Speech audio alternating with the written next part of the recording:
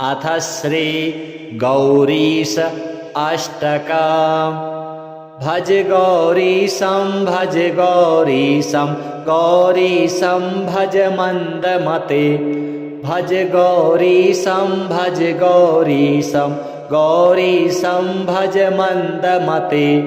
जलभवदुस्तर जलधिसुतरणं ध्येयं चित्ते शिवहरचरणम्।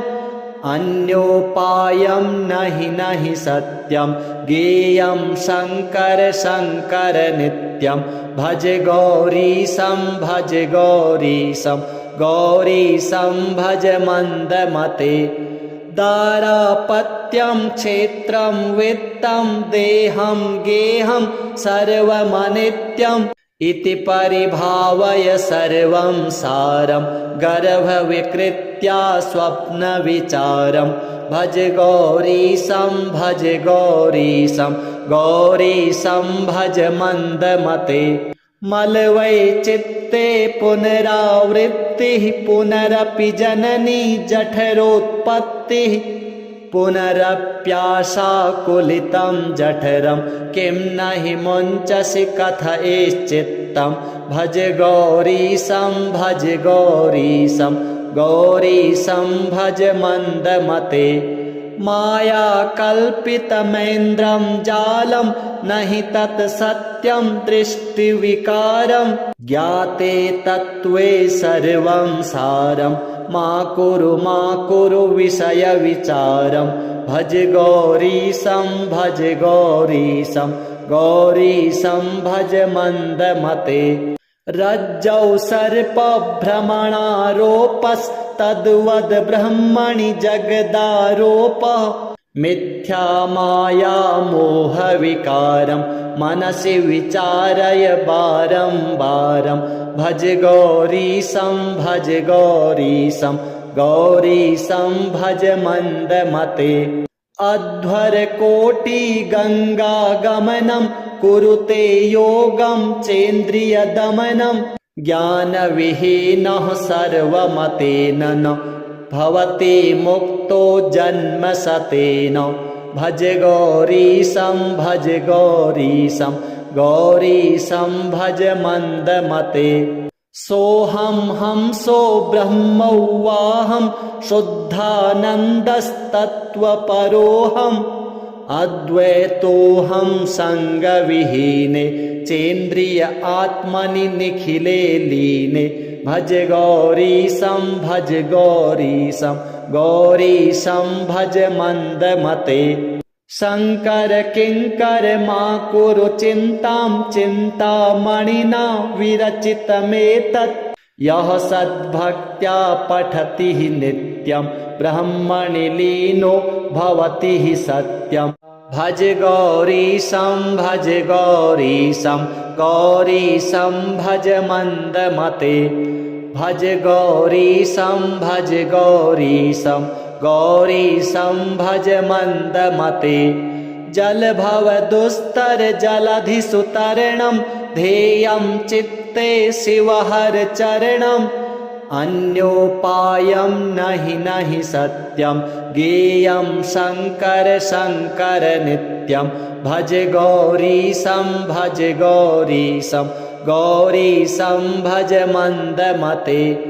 दारापत्यं क्षेत्रं वित्तं देहं गेहं सर्वमनित्यम् इति परिभावय सर्वं सारं गर्भविकृत्या स्वप्नविचारं। भज गौरीशं भज गौरीशं गौरीशं भज मन्दमते। मलवैचित्ते पुनरावृत्तिः पुनरपि जननी जठरोत्पत्तिः।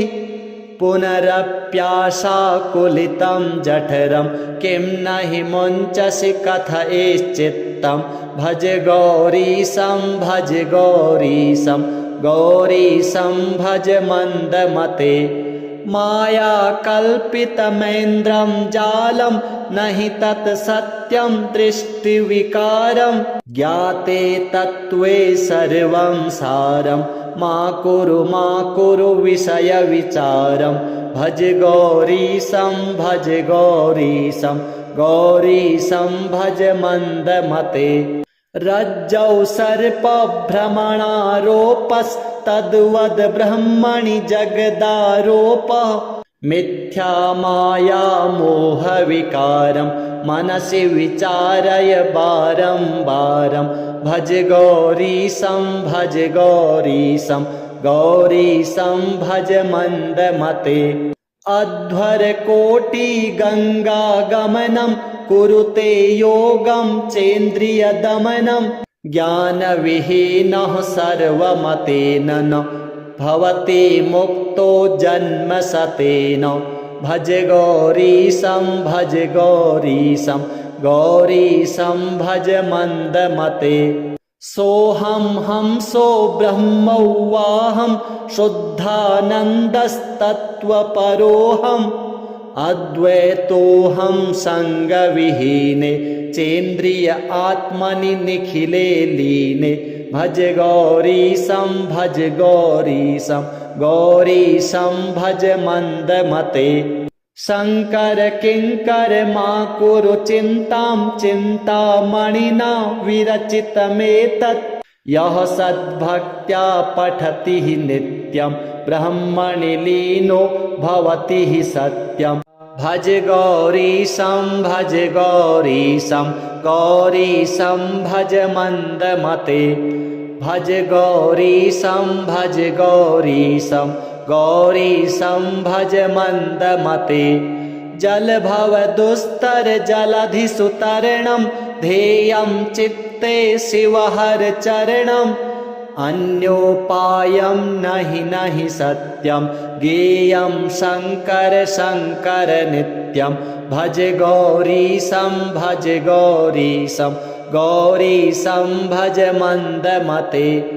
दारापत्यं क्षेत्रं वित्तं देहं गेहं सर्वमनित्यम् इति परिभावय सर्वं सारं गर्भविकृत्या स्वप्नविचारं भज गौरीशं भज गौरीशं गौरीशं भज मन्दमते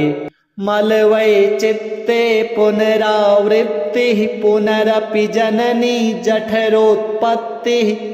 पुनरप्याशाकुलितं जठरं किं नहि मुञ्चसि कथयेश्चित्तं भज गौरीशं भज गौरीशं गौरीशं भज मन्दमते मायाकल्पितमेन्द्रं जालं नहि तत् सत्यं दृष्टिविकारं ज्ञाते तत्त्वे सर्वं सारं मा कुरु विषयविचारं भज गौरीशं भज गौरीशं गौरीशं भज मन्दमते रज्जौ सर्पभ्रमणारोपस्तद्वद् ब्रह्मणि जगदारोपः मिथ्या माया मोहविकारं मनसि विचारय बारं बारं भज गौरीशं भज गौरीशं गौरीशं भज मन्दमते अध्वरकोटि गङ्गागमनं कुरुते योगं चेन्द्रियदमनं ज्ञानविहीनः सर्वमतेन न भवति मुक्तो जन्मशतेन भज गौरीशं भज गौरीशं गौरीशं भज मन्दमते सोऽहं हंसो ब्रह्मौवाहं शुद्धानन्दस्तत्त्वपरोऽहम् अद्वैतोऽहं सङ्गविहीने चेन्द्रिय आत्मनि निखिले लीने भज गौरीशं भज गौरीशं गौरीशं भज मन्दमते शङ्कर किङ्कर मा कुरु चिन्तां चिन्तामणिना विरचितमेतत् यः सद्भक्त्या पठति नित्यं ब्रह्मणि लीनो भवति सत्यं भज गौरीशं भज गौरीशं गौरीशं भज मन्दमते भज गौरीशं भज गौरीशं गौरीशं भज मन्दमते जलभवदुस्तरजलधिषु तरणं ध्येयं चित्ते शिवहरचरणम् अन्योपायं नहि सत्यं ज्ञेयं शङ्कर शङ्कर नित्यं भज गौरीशं भज मन्दमते दारापत्यं क्षेत्रं वित्तं देहं गेहं सर्वमनित्यम् इति परिभावय सर्वं सारं गर्भविकृत्या स्वप्नविचारं भज गौरीशं भज मन्दमते मलवैचित्ते पुनरावृत्तिः पुनरपि जननी जठरोत्पत्तिः पुनरप्याशाकुलितं जठरं किं नहि मुञ्चसि कथयेश्चित्तं भज गौरीशं भज मन्दमते मायाकल्पितमेन्द्रं जालं नहि तत् सत्यं दृष्टिविकारं ज्ञाते तत्त्वे सर्वं सारं मा कुरु विषयविचारं भज गौरीशं भज मन्दमते रज्जौ सर्पभ्रमणारोपस्तद्वद् ब्रह्मणि जगदारोपः मिथ्या माया मोहविकारं मनसि विचारय बारं बारं भज गौरीशं भज मन्दमते अध्वरकोटिगङ्गागमनं कुरुते योगं चेन्द्रियदमनं ज्ञानविहीनः सर्वमतेन न भवति मुक्तो जन्मशतेन भज गौरीशं भज मन्दमते सोऽहं हंसो ब्रह्मौवाहं शुद्धानन्दस्तत्त्वपरोऽहम् अद्वैतोऽहं सङ्गविहीने चेन्द्रिय आत्मनि निखिले लीने भज गौरीशं भज मन्दमते शङ्कर किङ्कर मा कुरु चिन्तां चिन्तामणिना विरचितमेतत् यः सद्भक्त्या पठति नित्यं ब्रह्मणि लीनो भवति सत्यम् भज गौरीशं भज मन्दमते भज गौरीशं भज मन्दमते जलभवदुस्तरजलधिषु तरणं ध्येयं चित्ते शिवहरचरणम् अन्योपायं नहि सत्यं ज्ञेयं शङ्कर शङ्कर नित्यं भज गौरीशं भज मन्दमते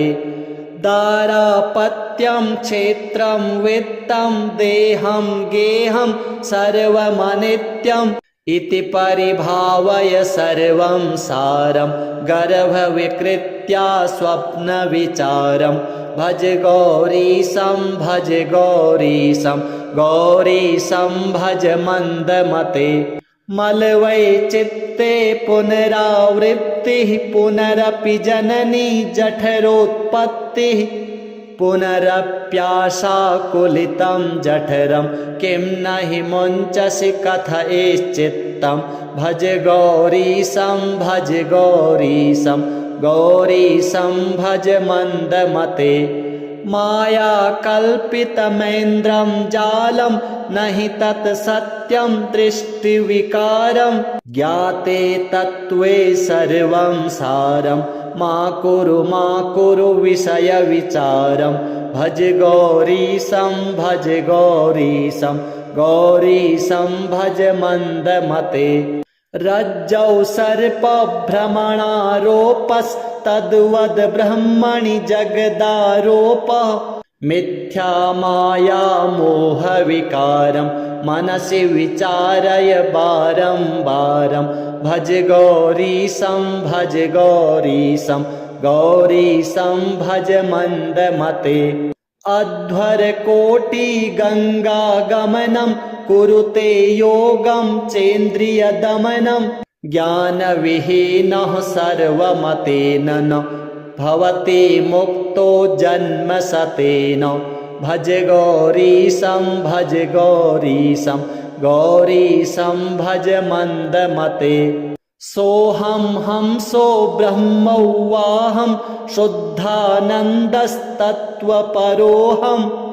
अद्वैतोऽहं सङ्गविहीने चेन्द्रिय आत्मनि निखिले लीने भज गौरीशं भज गौरीशं गौरीशं भज मन्दमते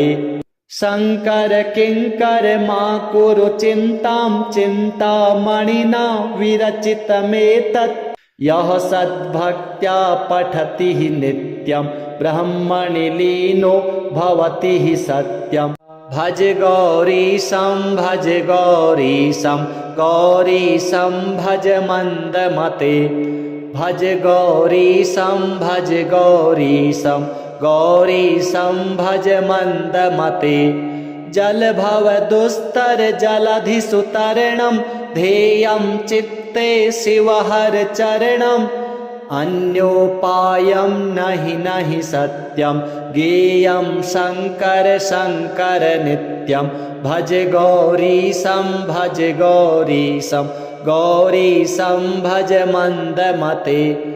दारापत्यं क्षेत्रं वित्तं देहं गेहं सर्वमनित्यम् इति परिभावय सर्वं सारं गर्भविकृत्या स्वप्नविचारं भज गौरीशं भज गौरीशं गौरीशं भज मन्दमते मलवैचित्ते पुनरावृत्तिः पुनरपि जननी जठरोत्पत्तिः पुनरप्याशाकुलितं जठरं किं नहि मुञ्चसि कथयेश्चित्तं भज गौरीशं भज गौरीशं गौरीशं भज मन्दमते मायाकल्पितमेन्द्रं जालं नहि तत् सत्यं दृष्टिविकारं ज्ञाते तत्त्वे सर्वं सारं मा कुरु विषयविचारं भज गौरीशं भज गौरीशं गौरीशं भज मन्दमते रज्जौ सर्पभ्रमणारोपस्तद्वद् ब्रह्मणि जगदारोपः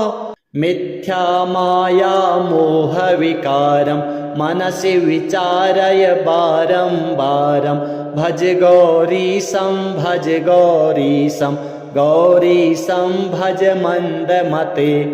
अध्वरकोटि गङ्गागमनं कुरुते योगं चेन्द्रियदमनं ज्ञानविहीनः सर्वमतेन न भवति मुक्तो जन्मशतेन भज गौरीशं भज गौरीशं गौरीशं भज मन्दमते सोऽहं हंसो ब्रह्मौवाहं शुद्धानन्दस्तत्त्वपरोऽहम् अद्वैतोऽहं सङ्गविहीने चेन्द्रिय आत्मनि निखिले लीने भज गौरीशं भज गौरीशं गौरीशं भज मन्दमते शङ्कर किङ्कर मा कुरु चिन्तां चिन्तामणिना विरचितमेतत् यः सद्भक्त्या पठति नित्यं ब्रह्मणि लीनो भवति सत्यं भज गौरीशं भज गौरीशं गौरीशं भज मन्दमते भज गौरीशं भज गौरीशं गौरीशं भज मन्दमते जलभव दुस्तर जलधिसुतरणं ध्येयं चित्ते शिवहर चरणम् अन्योपायं नहि सत्यं ज्ञेयं शङ्कर शङ्कर नित्यं भज गौरीशं भज गौरीशं गौरीशं भज मन्दमते दारापत्यं क्षेत्रं वित्तं देहं गेहं सर्वमनित्यम् इति परिभावय सर्वं सारं गर्भविकृत्या स्वप्नविचारं भज गौरीशं भज गौरीशं गौरीशं भज मन्दमते मलवैचित्ते पुनरावृत्तिः पुनरपि जननी जठरोत्पत्तिः पुनरप्याशाकुलितं जठरं किं न हि मुञ्चसि कथयेश्चित्तं भज गौरीशं भज गौरीशं गौरीशं भज मन्दमते मायाकल्पितमेन्द्रं जालं न हि तत् सत्यं दृष्टिविकारं ज्ञाते तत्त्वे सर्वं सारं मा कुरु विषयविचारं भज गौरीशं भज गौरीशं गौरीशं भज मन्दमते रज्जौ सर्पभ्रमणारोपस्तद्वद् ब्रह्मणि जगदारोपः मिथ्या माया मोहविकारं मनसि विचारय बारं बारं भज गौरीशं भज गौरीशं गौरीशं भज मन्दमते अध्वरकोटिगङ्गागमनं कुरुते योगं चेन्द्रियदमनं ज्ञानविहीनः सर्वमतेन न भवति मुक्तो जन्मशतेन भज गौरीशं भज गौरीशं गौरीशं भज मन्दमते सोऽहं हंसो ब्रह्मौवाहं शुद्धानन्दस्तत्त्वपरोऽहम् अद्वैतोऽहं सङ्गविहीने चेन्द्रिय आत्मनि निखिले लीने भज गौरीशं भज गौरीशं गौरीशं भज मन्दमते शङ्कर किङ्कर मा कुरु चिन्तां चिन्तामणिना विरचितमेतत् यः सद्भक्त्या पठति हि नित्यं ब्रह्मणि लीनो भवति हि सत्यं भज गौरीशं भज गौरीशं गौरीशं भज मन्दमते भज गौरीशं भज गौरीशं गौरीशं भज मन्दमते जलभवदुस्तर जलधिसुतरणं ध्येयं चित्ते शिवहरचरणम् अन्योपायं नहि सत्यं ज्ञेयं शङ्कर शङ्कर नित्यं भज गौरीशं भज गौरीशं गौरीशं भज मन्दमते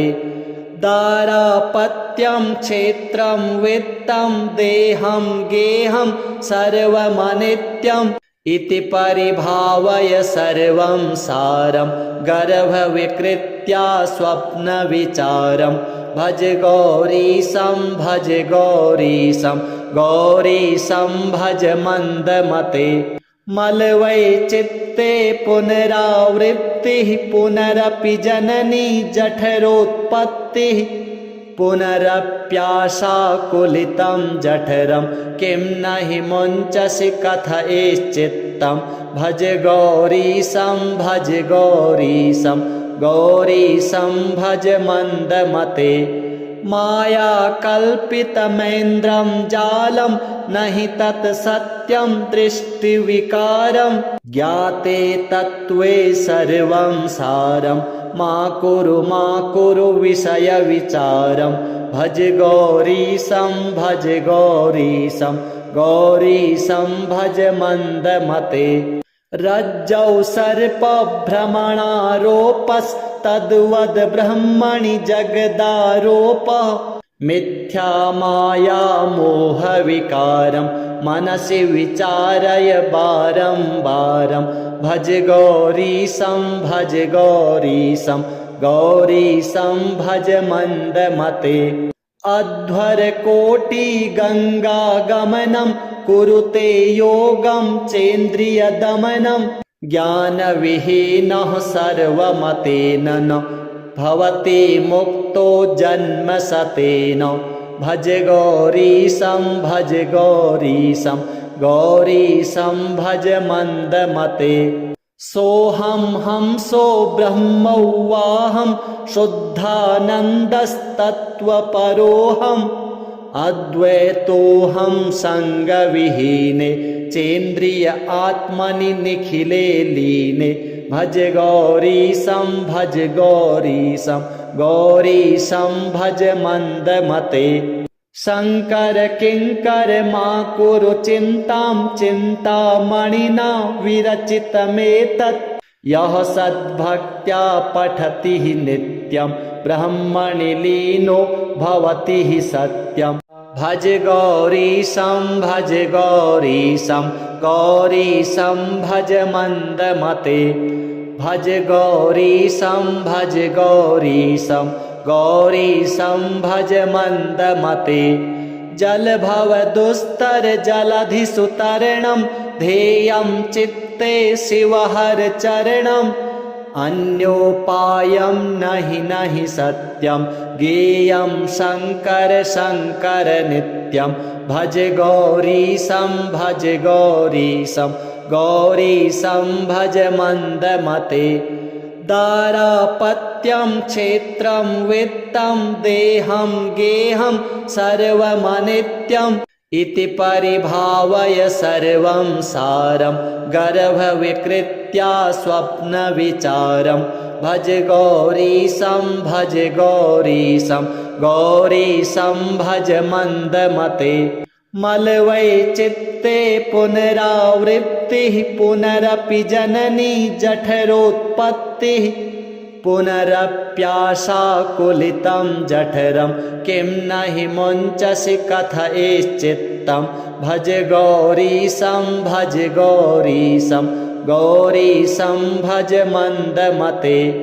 मायाकल्पितमेन्द्रं जालं नहि तत् सत्यं दृष्टिविकारं ज्ञाते तत्त्वे सर्वं सारं मा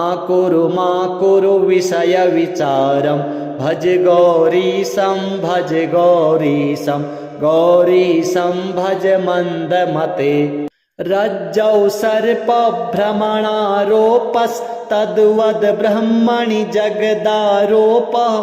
मिथ्या माया मोहविकारं मनसि विचारय बारं बारं भज गौरीशं भज गौरीशं गौरीशं भज मन्दमते अध्वरकोटि गङ्गागमनं कुरुते योगं चेन्द्रियदमनं ज्ञानविहीनः सर्वमतेन न भवति मुक्तो जन्मशतेन भज गौरीशं भज गौरीशं गौरीशं भज मन्दमते सोऽहं हंसो ब्रह्मौवाहं शुद्धानन्दस्तत्त्वपरोऽहम् अद्वैतोऽहं सङ्गविहीने चेन्द्रिय आत्मनि निखिले लीने भज गौरीशं भज गौरीशं गौरीशं भज मन्दमते शङ्कर किङ्कर मा कुरु चिन्तां चिन्तामणिना विरचितमेतत् यः सद्भक्त्या पठति नित्यं ब्रह्मणि लीनो भवति सत्यम् भज गौरीशं भज गौरीशं गौरीशं भज मन्दमते भज गौरीशं भज गौरीशं गौरीशं भज मन्दमते जलभव दुस्तर जलधिसुतरणं ध्येयं चित्ते शिवहर चरणम् अन्योपायं नहि सत्यं ज्ञेयं शङ्कर शङ्कर नित्यं भज गौरीशं भज गौरीशं गौरीशं भज मन्दमते दारापत्यं क्षेत्रं वित्तं देहं गेहं सर्वमनित्यम् इति परिभावय सर्वं सारं गर्भविकृत्या स्वप्नविचारं भज गौरीशं भज गौरीशं गौरीशं भज मन्दमते मलवैचित्ते पुनरावृत्तिः पुनरपि जननी जठरोत्पत्तिः पुनरप्याशाकुलितं जठरं किं न हि मुञ्चसि कथयेश्चित्तं भज गौरीशं भज गौरीशं गौरीशं भज मन्दमते मायाकल्पितमेन्द्रं जालं न हि तत् सत्यं दृष्टिविकारं ज्ञाते तत्त्वे सर्वं सारं मा कुरु विषयविचारं भज गौरीशं भज गौरीशं गौरीशं भज मन्दमते रज्जौ सर्पभ्रमणारोपस्तद्वद् ब्रह्मणि जगदारोपः मिथ्या माया मोहविकारं मनसि विचारय बारं बारं भज गौरीशं भज गौरीशं गौरीशं भज मन्दमते अध्वरकोटिगङ्गागमनं कुरुते योगं चेन्द्रियदमनं ज्ञानविहीनः सर्वमतेन न भवति मुक्तो जन्मशतेन भज गौरीशं भज गौरीशं गौरीशं भज मन्दमते सोऽहं हंसो ब्रह्मौवाहं शुद्धानन्दस्तत्त्वपरोऽहम् अद्वैतोऽहं सङ्गविहीने चेन्द्रिय आत्मनि निखिले लीने भज गौरीशं भज गौरीशं गौरीशं भज मन्दमते शङ्कर किङ्कर मा कुरु चिन्तां चिन्तामणिना विरचितमेतत् यः सद्भक्त्या पठति नित्यं ब्रह्मणि लीनो भवति सत्यं भज गौरीशं भज गौरीशं गौरीशं भज मन्दमते भज गौरीशं भज गौरीशं गौरीशं भज मन्दमते जलभवदुस्तर जलधिसुतरणं ध्येयं चित्ते शिवहरचरणम् अन्योपायं नहि सत्यं ज्ञेयं शङ्कर शङ्कर नित्यं भज गौरीशं भज गौरीशं गौरीशं भज मन्दमते दारापत्यं क्षेत्रं वित्तं देहं गेहं सर्वमनित्यम् इति परिभावय सर्वं सारं गर्भविकृत्या स्वप्नविचारं भज गौरीशं भज गौरीशं गौरीशं भज मन्दमते मलवैचित्ते पुनरावृत्तिः पुनरपि जननी जठरोत्पत्तिः पुनरप्याशाकुलितं जठरं किं न हि मुञ्चसि कथयेश्चित्तं भज गौरीशं भज गौरीशं गौरीशं भज मन्दमते मायाकल्पितमेन्द्रं जालं न हि तत् सत्यं दृष्टिविकारं ज्ञाते तत्त्वे सर्वं सारं मा कुरु विषयविचारं भज गौरीशं भज गौरीशं गौरीशं भज मन्दमते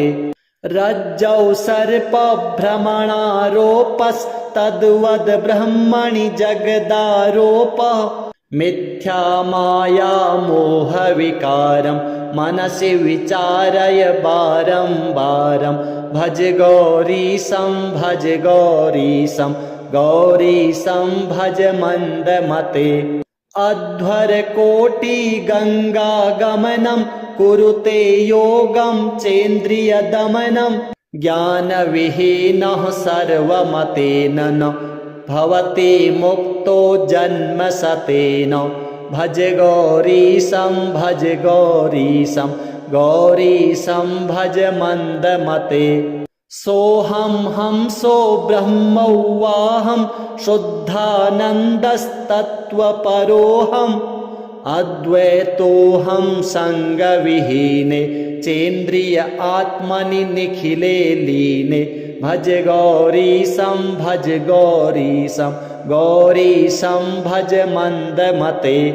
शङ्कर किङ्कर मा कुरु चिन्तां चिन्तामणिना विरचितमेतत् यः सद्भक्त्या पठति नित्यं ब्रह्मणि लीनो भवति सत्यं भज गौरीशं भज गौरीशं गौरीशं भज मन्दमते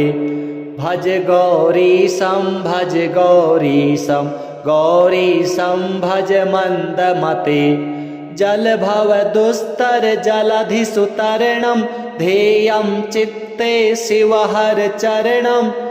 अन्योपायं नहि सत्यं ज्ञेयं शङ्कर शङ्कर नित्यं भज गौरीशं भज गौरीशं गौरीशं भज मन्दमते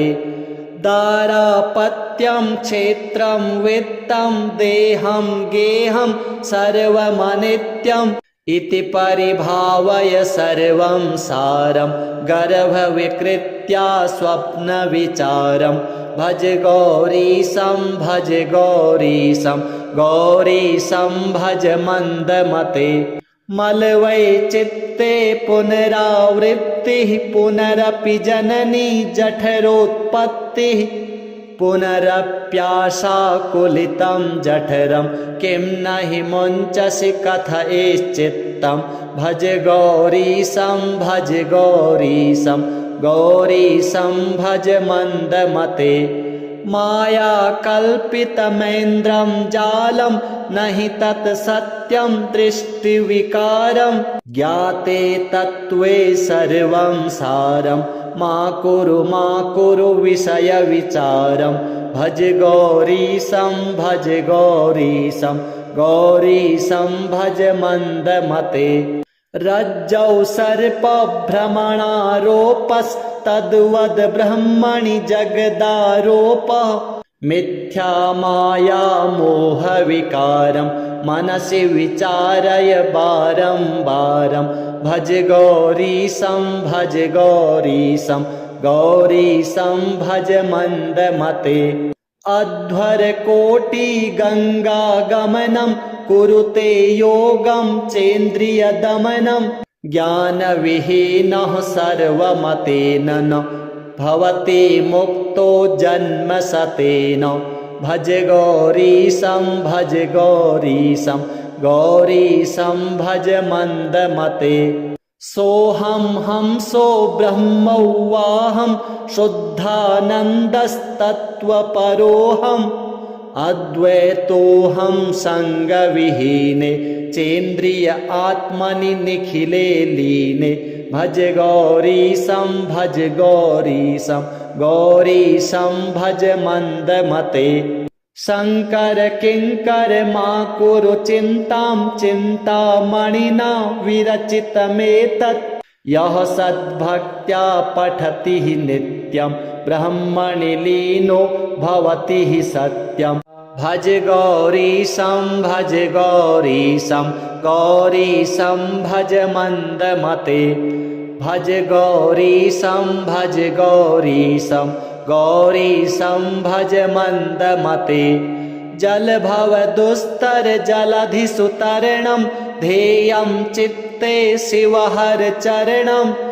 अन्योपायं नहि सत्यं ज्ञेयं शङ्कर शङ्कर नित्यं भज गौरीशं भज गौरीशं गौरीशं भज मन्दमते दारापत्यं क्षेत्रं वित्तं देहं गेहं सर्वमनित्यम् इति परिभावय सर्वं सारं गर्भविकृत्या स्वप्नविचारं भज गौरीशं भज गौरीशं गौरीशं भज मन्दमते मलवैचित्ते पुनरावृत्तिः पुनरपि जननी जठरोत्पत्तिः पुनरप्याशाकुलितं जठरं किं नहि मुञ्चसि कथयेश्चित्तं भज गौरीशं भज गौरीशं गौरीशं भज मन्दमते मायाकल्पितमेन्द्रं जालं न हि तत् सत्यं दृष्टिविकारं ज्ञाते तत्त्वे सर्वं सारं मा कुरु विषयविचारं भज गौरीशं गौरीशं भज मन्दमते रज्जौ सर्पभ्रमणारोपस्तद्वद् ब्रह्मणि जगदारोपः मिथ्या माया मोहविकारं मनसि विचारय बारं बारं भज गौरीशं भज मन्दमते अध्वरकोटिगङ्गागमनं कुरुते योगं चेन्द्रियदमनं ज्ञानविहीनः सर्वमतेन न भवति मुक्तो जन्मशतेन भज गौरीशं भज मन्दमते सोऽहं हंसो ब्रह्मौवाहं शुद्धानन्दस्तत्त्वपरोऽहम् अद्वैतोऽहं सङ्गविहीने चेन्द्रिय आत्मनि निखिले लीने भज गौरीशं भज मन्दमते शङ्कर किङ्कर मा कुरु चिन्तां चिन्तामणिना विरचितमेतत् यः सद्भक्त्या पठति नित्यं ब्रह्मणि लीनो भवति सत्यं भज गौरीशं भज मन्दमते भज गौरीशं भज मन्दमते जलभव दुस्तर जलधिसुतरणं ध्येयं चित्ते शिवहर चरणम् अन्योपायं नहि सत्यं ज्ञेयं शङ्कर नित्यं भज गौरीशं भज मन्दमते दारापत्यं क्षेत्रं वित्तं देहं गेहं सर्वमनित्यम् इति परिभावय सर्वं सारं गर्भविकृत्या स्वप्नविचारं भज गौरीशं भज मन्दमते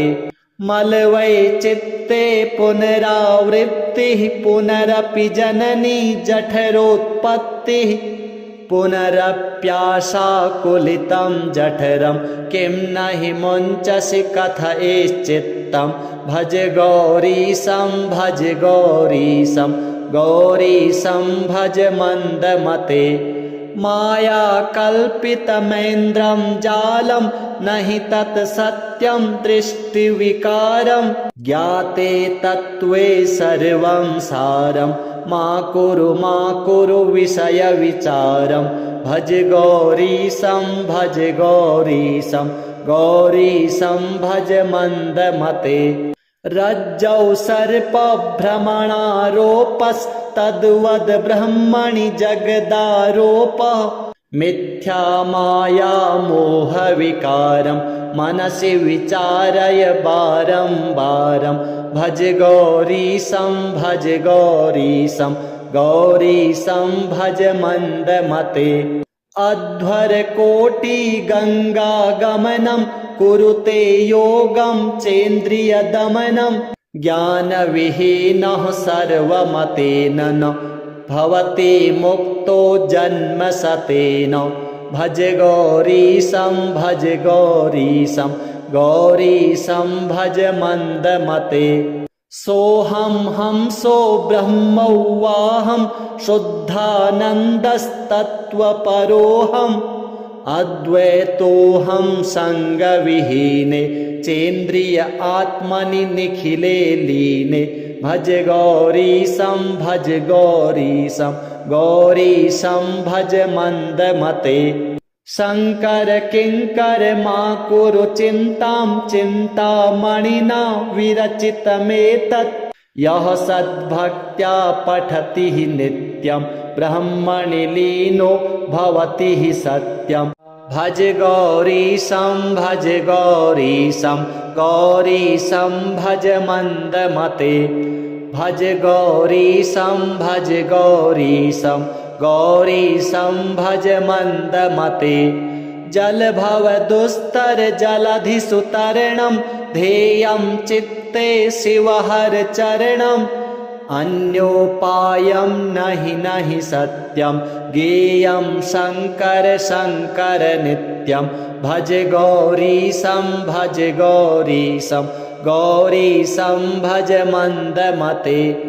दारापत्यं क्षेत्रं वित्तं देहं गेहं सर्वमनित्यम् इति परिभावय सर्वं सारं गर्भविकृत्या स्वप्नविचारं भज गौरीशं भज गौरीशं गौरीशं भज मन्दमते मलवैचित्ते पुनरावृत्तिः पुनरपि जननी जठरोत्पत्तिः पुनरप्याशाकुलितं जठरं किं नहि मुञ्चसि कथयेश्चित्तं भज गौरीशं भज गौरीशं गौरीशं भज मन्दमते मायाकल्पितमेन्द्रं जालं नहि तत् सत्यं दृष्टिविकारं ज्ञाते तत्त्वे सर्वं सारं मा कुरु विषयविचारं भज गौरीशं भज गौरीशं गौरीशं भज मन्दमते रज्जौ सर्पभ्रमणारोपस्तद्वद् ब्रह्मणि जगदारोपः मिथ्या माया मोहविकारं मनसि विचारय बारं बारं भज गौरीशं भज गौरीशं गौरीशं भज मन्दमते अध्वरकोटिगङ्गागमनं कुरुते योगं चेन्द्रियदमनं ज्ञानविहीनः सर्वमतेन न भवति मुक्तो जन्मशतेन भज गौरीशं भज गौरीशं गौरीशं भज मन्दमते सोऽहं हंसो ब्रह्मौवाहं शुद्धानन्दस्तत्त्वपरोऽहम् अद्वैतोऽहं सङ्गविहीने चेन्द्रिय आत्मनि निखिले लीने भज गौरीशं भज गौरीशं गौरीशं भज मन्दमते शङ्कर किङ्कर मा कुरु चिन्तां चिन्तामणिना विरचितमेतत् यः सद्भक्त्या पठति नित्यं ब्रह्मणि लीनो भवति सत्यं भज गौरीशं भज गौरीशं गौरीशं भज मन्दमते भज गौरीशं भज गौरीशं गौरीशं भज मन्दमते जलभव दुस्तर जलधिसुतरणं ध्येयं चित्ते शिवहर चरणम् अन्योपायं नहि नहि सत्यं ज्ञेयं शङ्कर शङ्कर नित्यं भज गौरीशं भज गौरीशं गौरीशं भज मन्दमते दारापत्यं क्षेत्रं वित्तं देहं गेहं सर्वमनित्यम् इति परिभावय सर्वं सारं गर्भविकृत्या स्वप्नविचारं भज गौरीशं भज गौरीशं गौरीशं भज मन्दमते मलवैचित्ते पुनरावृत्तिः पुनरपि जननी जठरोत्पत्तिः पुनरप्याशाकुलितं जठरं किं नहि मुञ्चसि कथयेश्चित्तं भज गौरीशं भज गौरीशं गौरीशं भज मन्दमते मायाकल्पितमेन्द्रं जालं नहि तत् सत्यं दृष्टिविकारं ज्ञाते तत्त्वे सर्वं सारं मा कुरु विषयविचारं भज गौरीशं भज गौरीशं गौरीशं भज मन्दमते रज्जौ सर्पभ्रमणारोपस्तद्वद् ब्रह्मणि जगदारोपः मिथ्या माया मोहविकारं मनसि विचारय बारं बारं भज गौरीशं गौरीशं भज मन्दमते अध्वरकोटि गङ्गागमनं कुरुते योगं चेन्द्रियदमनं ज्ञानविहीनः सर्वमतेन न भवति मुक्तो जन्मशतेन भज गौरीशं गौरीशं भज मन्दमते सोऽहं हंसो ब्रह्मौवाहं शुद्धानन्दस्तत्त्वपरोऽहम् अद्वैतोऽहं सङ्गविहीने चेन्द्रिय आत्मनि निखिले लीने भज गौरीशं भज मन्दमते शङ्कर किङ्कर मा कुरु चिन्तां चिन्तामणिना विरचितमेतत् यः सद्भक्त्या पठति नित्यं ब्रह्मणि लीनो भवति सत्यम् भज गौरीशं भज मन्दमते भज गौरीशं भज मन्दमते जलभवदुस्तर जलधिसुतरणं ध्येयं चित्ते शिवहर चरणम् अन्योपायं नहि सत्यं ज्ञेयं शङ्कर नित्यं भज गौरीशं भज मन्दमते दारापत्यं क्षेत्रं वित्तं देहं गेहं सर्वमनित्यम् इति परिभावय सर्वं सारं गर्भविकृत्या स्वप्नविचारं भज गौरीशं भज मन्दमते मलवैचित्ते पुनरावृत्तिः पुनरपि जननी जठरोत्पत्तिः पुनरप्याशाकुलितं जठरं किं नहि मुञ्चसि कथयेश्चित्तं भज गौरीशं भज मन्दमते मायाकल्पितमेन्द्रं जालं नहि तत् सत्यं दृष्टिविकारं ज्ञाते तत्त्वे सर्वं सारं मा कुरु विषयविचारं भज गौरीशं भज मन्दमते रज्जौ सर्पभ्रमणारोपस्तद्वद् ब्रह्मणि जगदारोपः मिथ्या माया मोहविकारं मनसि विचारय बारं बारं भज गौरीशं भज मन्दमते अध्वरकोटि गङ्गागमनं कुरुते योगं चेन्द्रियदमनं ज्ञानविहीनः सर्वमतेन न भवति मुक्तो जन्मशतेन भज गौरीशं भज मन्दमते सोऽहं हंसो ब्रह्मौवाहं शुद्धानन्दस्तत्त्वपरोऽहम् अद्वैतोऽहं सङ्गविहीने चेन्द्रिय आत्मनि निखिले लीने भज गौरीशं भज मन्दमते शङ्कर किङ्कर मा कुरु चिन्तां चिन्तामणिना विरचितमेतत् यः सद्भक्त्या पठति नित्यं ब्रह्मणि लीनो भवति सत्यम् भज गौरीशं भज मन्दमते भज गौरीशं भज मन्दमते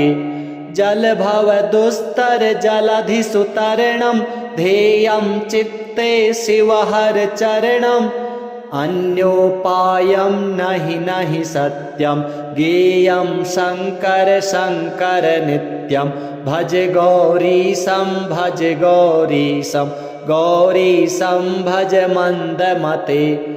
दारापत्यं क्षेत्रं वित्तं देहं गेहं सर्वमनित्यम् इति परिभावय सर्वं सारं गर्भविकृत्या स्वप्नविचारं भज गौरीशं भज मन्दमते मलवैचित्ते पुनरावृत्तिः पुनरपि जननी जठरोत्पत्तिः पुनरप्याशाकुलितं जठरं किं नहि मुञ्चसि कथयेश्चित्तं भज गौरीशं भज मन्दमते मायाकल्पितमेन्द्रं जालं नहि तत् सत्यं दृष्टिविकारं ज्ञाते तत्त्वे सर्वं सारं मा कुरु विषयविचारं भज गौरीशं भज मन्दमते रज्जौ सर्पभ्रमणारोपस्तद्वद् ब्रह्मणि जगदारोपः मिथ्या माया मोहविकारं मनसि विचारय बारं बारं भज गौरीशं भज मन्दमते अध्वरकोटि गङ्गागमनं कुरुते योगं चेन्द्रियदमनं ज्ञानविहीनः सर्वमतेन न भवति मुक्तो जन्मशतेन भज गौरीशं भज मन्दमते सोऽहं हंसो ब्रह्मौवाहं शुद्धानन्दस्तत्त्वपरोऽहम् अद्वैतोऽहं सङ्गविहीने चेन्द्रिय आत्मनि निखिले लीने भज गौरीशं भज मन्दमते शङ्कर किङ्कर मा कुरु चिन्तां चिन्तामणिना विरचितमेतत् यः सद्भक्त्या पठति नित्यं ब्रह्मणि लीनो भवति सत्यं भज गौरीशं भज मन्दमते भज गौरीशं भज मन्दमते जलभवदुस्तर जलधिषु तरणं ध्येयं चित्ते शिवहर चरणम् अन्योपायं नहि सत्यं ज्ञेयं शङ्कर शङ्कर नित्यं भज गौरीशं भज मन्दमते दारापत्यं क्षेत्रं वित्तं देहं गेहं सर्वमनित्यम् इति परिभावय सर्वं सारं गर्भविकृत्या स्वप्नविचारं भज गौरीशं भज मन्दमते मलवैचित्ते पुनरावृत्तिः पुनरपि जननी जठरोत्पत्तिः पुनरप्याशाकुलितं जठरं किं नहि मुञ्चसि कथयेश्चित्तं भज गौरीशं भज मन्दमते मायाकल्पितमेन्द्रं जालं नहि तत् सत्यं दृष्टिविकारं ज्ञाते तत्त्वे सर्वं सारं मा कुरु विषयविचारं भज गौरीशं भज मन्दमते रज्जौ सर्पभ्रमणारोपस्तद्वद् ब्रह्मणि जगदारोपः मिथ्या माया मोहविकारं मनसि विचारय बारं बारं भज गौरीशं भज मन्दमते अध्वरकोटिगङ्गागमनं कुरुते योगं चेन्द्रियदमनं ज्ञानविहीनः सर्वमतेन न भवति मुक्तो जन्मशतेन भज गौरीशं भज गौरीशं गौरीशं भज मन्दमते सोऽहं हंसो ब्रह्मौवाहं शुद्धानन्दस्तत्त्वपरोऽहम् अद्वैतोऽहं सङ्गविहीने चेन्द्रिय आत्मनि निखिले लीने भज गौरीशं भज गौरीशं गौरीशं भज मन्दमते शङ्कर किङ्कर मा कुरु चिन्तां चिन्तामणिना विरचितमेतत् यः सद्भक्त्या पठति नित्यं ब्रह्मणि लीनो भवति सत्यं भज गौरीशं भज गौरीशं गौरीशं भज मन्दमते भज गौरीशं भज गौरीशं गौरीशं भज मन्दमते जलभव दुस्तर जलधिसुतरणं ध्येयं चित्ते शिवहर चरणम् अन्योपायं नहि सत्यं ज्ञेयं शङ्कर शङ्कर नित्यं भज गौरीशं भज गौरीशं गौरीशं भज मन्दमते दारापत्यं क्षेत्रं वित्तं देहं गेहं सर्वमनित्यम् इति परिभावय सर्वं सारं गर्भविकृत्या स्वप्नविचारं भज गौरीशं भज गौरीशं गौरीशं भज मन्दमते मलवैचित्ते पुनरावृत्तिः पुनरपि जननी जठरोत्पत्तिः पुनरप्याशाकुलितं जठरं किं नहि मुञ्चसि कथयेश्चित्तं भज गौरीशं भज गौरीशं गौरीशं भज मन्दमते मायाकल्पितमेन्द्रं जालं नहि तत् सत्यं दृष्टिविकारं ज्ञाते तत्त्वे सर्वं सारं मा कुरु विषयविचारं भज गौरीशं भज गौरीशं गौरीशं भज मन्दमते रज्जौ सर्पभ्रमणारोपस्तद्वद् ब्रह्मणि जगदारोपः मिथ्या माया मोहविकारं मनसि विचारय बारं बारं भज गौरीशं भज गौरीशं गौरीशं भज मन्दमते अध्वरकोटिगङ्गागमनं कुरुते योगं चेन्द्रियदमनं ज्ञानविहीनः सर्वमतेन न भवति मुक्तो जन्मशतेन भज गौरीशं भज गौरीशं गौरीशं भज मन्दमते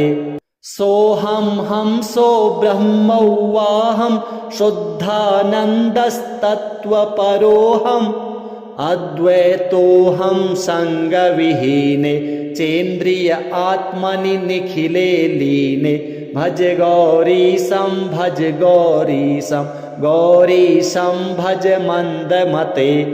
शङ्कर किङ्कर मा कुरु चिन्तां चिन्तामणिना विरचितमेतत् यः सद्भक्त्या पठति नित्यं ब्रह्मणि लीनो भवति सत्यं भज गौरीशं भज गौरीशं गौरीशं भज मन्दमते भज गौरीशं भज गौरीशं गौरीशं भज मन्दमते जलभव दुस्तर जलधिसुतरणं ध्येयं चित्ते शिवहर चरणम् अन्योपायं नहि सत्यं ज्ञेयं शङ्कर शङ्कर नित्यं भज गौरीशं भज गौरीशं गौरीशं भज मन्दमते दारापत्यं क्षेत्रं वित्तं देहं गेहं सर्वमनित्यम् इति परिभावय सर्वं सारं गर्भविकृत्या स्वप्नविचारं भज गौरीशं भज गौरीशं गौरीशं भज मन्दमते मलवैचित्ते पुनरावृत्तिः पुनरपि जननी जठरोत्पत्तिः पुनरप्याशाकुलितं जठरं किं न हि मुञ्चसि कथयेश्चित्तं भज गौरीशं भज गौरीशं गौरीशं भज मन्दमते मायाकल्पितमेन्द्रं जालं न हि तत् सत्यं दृष्टिविकारं ज्ञाते तत्त्वे सर्वं सारं मा कुरु विषयविचारं भज गौरीशं भज गौरीशं गौरीशं भज मन्दमते रज्जौ सर्पभ्रमणारोपस्तद्वद् ब्रह्मणि जगदारोपः मिथ्या माया मोहविकारं मनसि विचारय बारं बारं भज गौरीशं भज गौरीशं गौरीशं भज मन्दमते अध्वरकोटिगङ्गागमनं कुरुते योगं चेन्द्रियदमनं ज्ञानविहीनः सर्वमतेन न भवति मुक्तो जन्मशतेन भज गौरीशं भज गौरीशं गौरीशं भज मन्दमते सोऽहं हंसो ब्रह्मौवाहं शुद्धानन्दस्तत्त्वपरोऽहम् अद्वैतोऽहं सङ्गविहीने चेन्द्रिय आत्मनि निखिले लीने भज गौरीशं भज गौरीशं गौरीशं भज मन्दमते शङ्कर किङ्कर मा कुरु चिन्तां चिन्तामणिना विरचितमेतत् यः सद्भक्त्या पठति नित्यं ब्रह्मणि लीनो भवति सत्यम्